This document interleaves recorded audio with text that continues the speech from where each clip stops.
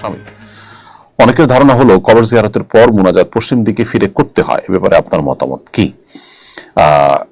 কবর জিয়ারতের সময় আপনি মুর্দাকে যে সালাম পেশ করছেন সেটাই কিন্তু দোয়া।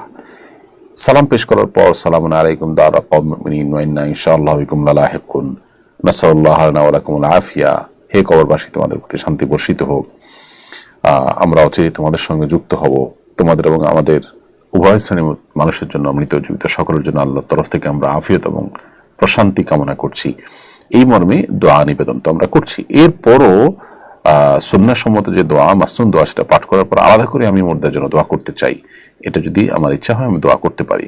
সেক্ষেত্রে কবরবাসীর দিকে ফিরে দোয়া করলে দোয়া হয়ে যাবে, এটা কোনো শিরক বা কোনো বড় গুনাহ হবে না। আবার কেবলামুখী করে দোয়া করলে দোয়া হয়ে যাবে, কিন্তু কেবলামুখী করে দোয়া করাটা তুলনামূলকভাবে ভালো। এই জন্য যে অনেকেই কবরবাসীর কাছে চায় এবং কবর পূজা, কবরে শায়িত ব্যক্তির কাছে চাওয়ার যে বিশ্বাস এবং প্রচলন, এটি আমাদের সমাজে আছে।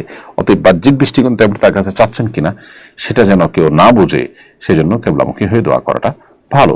কিন্তু কেবলামুখী হয়ে না করে কেউ যদি মুর্দার দিকে ফিরে দোয়া করে, তিনি কোনো গুনাহ করে ফেলেছেন, মুশরিক হয়ে গেছেন, এরকমটি বলারও কোনো কারণ থাকবে না।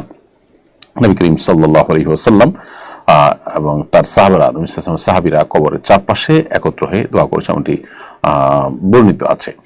আবার নবী সাল্লাল্লাহু আলাইহি ওয়াসাল্লাম বলেছেন, মাইয়িতকে দাফন করার পর তিনি বলেছেন, সালুরি আখিকুম তাসবিত, তোমরা তোমাদের ভাই যাকে দাফন করলে তার জন্য আল্লাহর কাছে দোয়া করো, এখন সেজন্য ঈমানের উপর অটল থাকতে পারে। এখানে নবী সাল্লাল্লাহু আলাইহি ওয়াসাল্লাম কোনো শর্ত দেন না যে কিবলামুখী হয়ে দোয়া করো, যার কারণে কোনো শর্ত দেওয়া কঠিন।